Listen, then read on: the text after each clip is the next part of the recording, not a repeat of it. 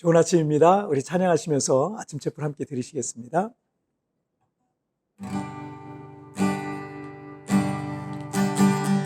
예수 사랑합니다.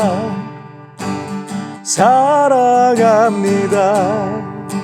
온 마음 다하여 오직 주님 한 분만 간절히 더 원합니다.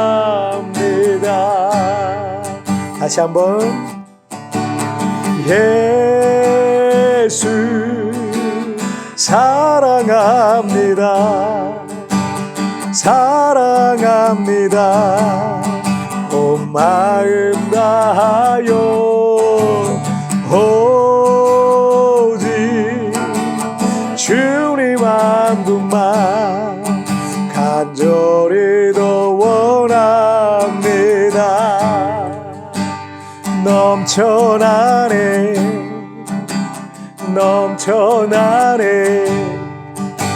주를 향한 내 속에 갈망이 주님께로 날 이끌어 주소서. 주님을 더 원합니다.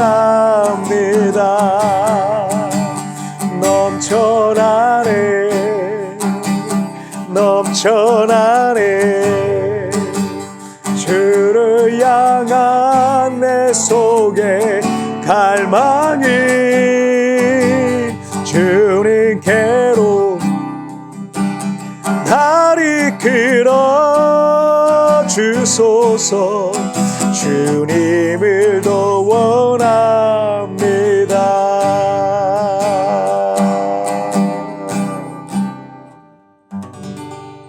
아멘.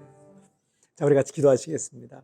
살아계신 하나님 아버지 감사합니다. 오늘 이렇게 또 우리 아침 촛불로 하나님 앞에 우리 각자의 처소에서 하나님을 예배하며 하루를 시작하니 정말 감사합니다. 날마다 말씀으로 내 영혼을 새롭게 하여 주시고 하나님이 정말 원하시는 그 분명하고 선명한 뜻을 깨닫게 하여 주시고 또한 오늘을 살아갈 힘과 용기와 믿음을 공급받는 귀한 시간 되게 하여 주옵소서. 오늘 이 시간도 우리 하나님 나의 삶을 통해 영광을 받으실 걸 믿사오며 예수님의 이름으로 기도하옵나이다. 아멘. 자, 오늘 우리에게 주신 하나님 말씀은 고린도전서 6장 12절부터 14절까지의 말씀 제가 봉독해 올리도록 하겠습니다. 모든 것이 내게 가하나 다 유익한 것이 아니요 모든 것이 내게 가하나 내가 무엇이든지 얼매이지 아니하리라. 음식은 배를 위하여 있고 배는 음식을 위하여 있으나 하나님은 이것저것을 다 폐하시리라. 몸은 음란을 위하여 있지 않고 오직 주를 위하여 있으며 주는 몸을 위하여 계시느니라. 하나님이 주를 다시 살리셨고 또한 그의 권능으로 우리를 다시 살리시리라. 아멘. 전 세계에서 가장 통제가 심한 나라라고 하면 중국이나 북한이 떠오르실 겁니다. 이 북한은 말할 것도 없고 이 공산주의 체제 아래에서 자본주의 시장 경제를 따르고 있는 이 중국 같은 경우도 수많은 검열과 통제가 있는 나라인 것은 우리 모두가 다 아는 사실입니다. 그래서 알리바바의 이 창업자인 마윈이 몇 년 전에 중국 정부의 경제금융정책에 대해서 비판하는 말을 했다가 수년 동안 외부 활동에 제약을 받기도 했어요. 아마도 많은 이 중국 국민들 중에 이 자유를 갈망하는 이들이 있을 것 같습니다. 그런데 전 세계에서 가장 자유로운 국가라고 하면 여러분 또 미국이란 나라가 떠오르실 거예요. 하지만 이 개인의 자유가 너무나도 강조되다 보니까 그에 따라 여러 가지 부작용들이 사회 속에서 나타나기도 합니다. 코로나로 전 세계가 고통받고 있을 때 특히 미국 같은 경우는 마스크를 쓰고 싶지 않다고 안 쓰고 다니는 사람이 굉장히 많았어요. 이게 내 자유다 이러니까. 그래서 전 세계에서 가장 감염자가 많았고 가장 사망자가 많은 나라 중에 하나가 미국이었습니다. 그 자유를 강조하다 보니까 이 청교도 정신 위에 세워진 미국이라는 나라가 동성 결혼을 합법화하는 지경에까지 이르게 된 거예요. 그렇다면 많은 사람들이 얘기하고 또 미국 사람들이 얘기하는 그 자유가 유익한 건가요?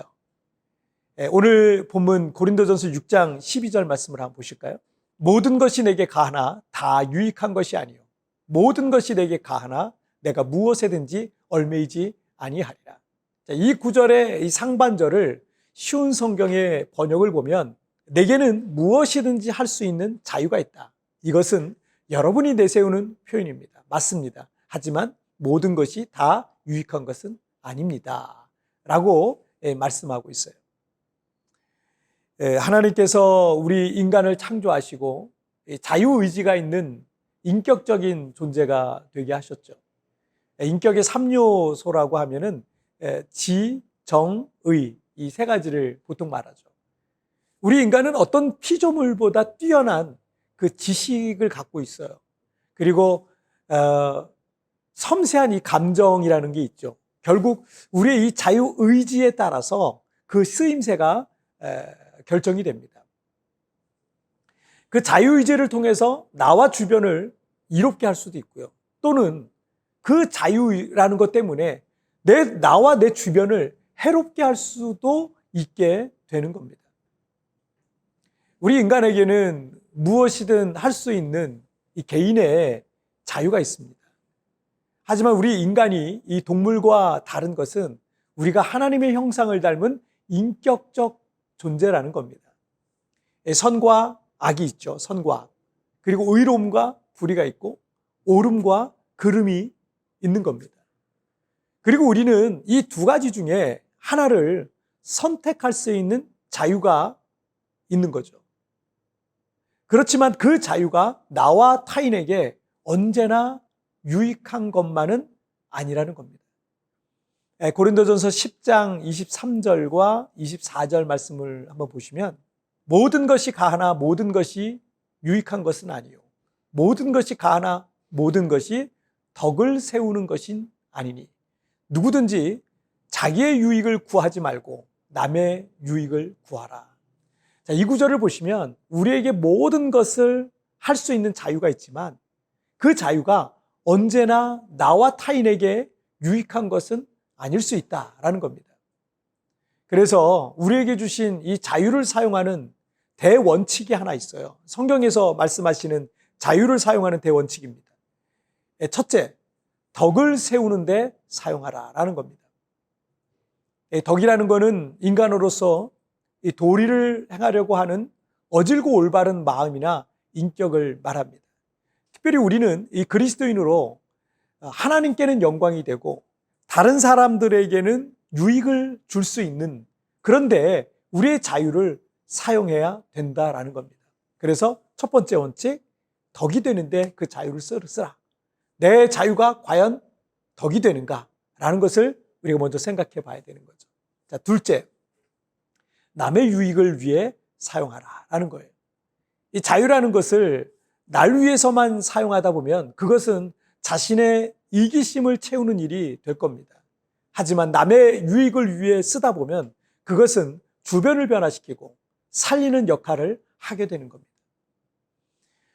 하나님께서 우리에게 주신 자유는 하나님께는 영광이 되어야 되고요. 타인에게는 은혜가 되는 일에 사용되어야 할 것입니다. 고린도전서 6장 13절 말씀을 보시면 음식은 배를 위하여 있고 배는 음식을 위하여 있으나 하나님은 이것저것을 다 패하시리라. 몸은 음란을 위하여 있지 않고 오직 주를 위하여 있으며 주는 몸을 위하여 계시느니라. 하나님께서 우리에게 몸을 주셨는데 내가 무엇이든 할 수 있는 자유가 있다고 해서 하나님께 영광되는 일에 써야 할 그 육체를 음란을 위해 써서는 안 된다라는 겁니다.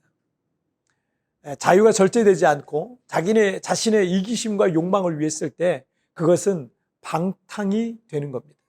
그러나 그 자유를 하나님께 영광이 되고 타인의 유익을 위해 쓸 때 그 자유는 세상을 살리는 치유와 회복의 통로가 되는 것입니다. 자, 우리 같이 기도하실까요? 살아계신 하나님 아버지 감사합니다.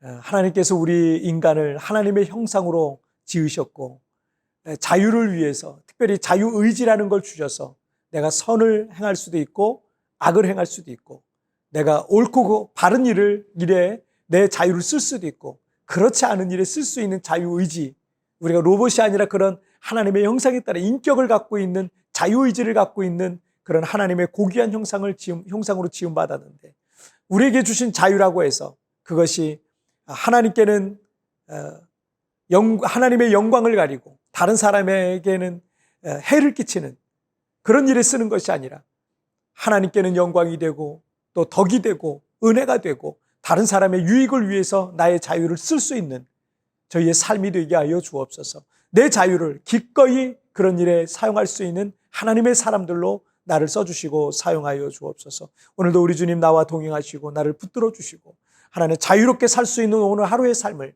하나님을 위해서, 이웃을 위해 나의 자유를 기꺼이 쓸 수 있는 멋진 하나님의 사람들로 살게 하여 주옵소서. 감사하며 예수님의 이름으로 기도하옵나이다. 아멘.